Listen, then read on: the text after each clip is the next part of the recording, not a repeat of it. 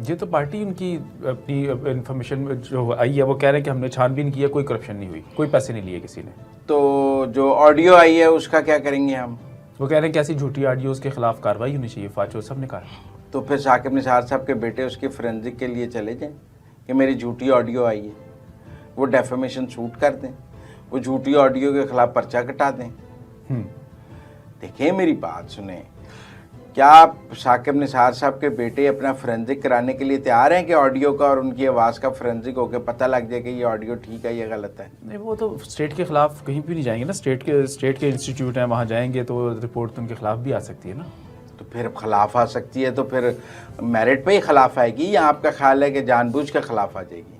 हुकूमतें कुछ भी कह सकती हैं, मतलब जिस तरह तो हुकूमत चलिए आप इंटरनेशनल PTI को किसी दबाने के लिए एजेंसी कुछ से भी किया जा फोरेंसिक सकता करा है। लेते हैं, लंदन स्कॉटलैंड यार्ड से फोरेंसिक करा लेते हैं। वो कहते हैं इम्पोर्टेड हुकूमत है, वहाँ पे भी उसकी चल गई तो। अच्छा, न्यूयॉर्क से करा लेते हैं। आज के खान साहब के अमेरिका से बहुत अच्छे तल्लुकात हैं, अमेरिकी एम्बेसडर उन्हें रोज़ मिलते हैं, वहाँ अमेरिकन कांग्रेसमैन उनके लिए वहाँ हाउस में आवाज़ उठाते हैं, अमेरिका से करा लेते हैं।